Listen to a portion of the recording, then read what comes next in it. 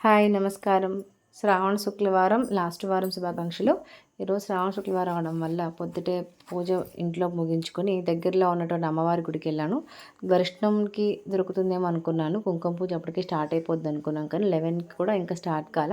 చాలామంది ఉన్నారు కాబట్టి మేము చక్కగా కుంకుమ పూజలో పాల్గొన్నాము. మా వాడు కొంచెం అలా చేసినా ఓకే.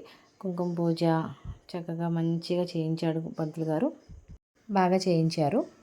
ఆయన చెప్పిన ప్రకారము 6 నెలలు ప్రతి శుక్రవారం ఏ అమ్మకన్నా సరే దుర్గా, భవానీ, లలిత, లక్ష్మి, సరస్వతి, వాసవి కన్యకా పరమేశ్వరి ఎవరైనా సరే, నాగదేవత అయినా సరే 6 నెలలు ప్రతి శుక్రవారం పూజ చేస్తే కనుక చాలా మంచి జరుగుతుందని, అనుకున్న పనులు విజయవంతంగా పూర్తవుతాయని చెప్తున్నారు.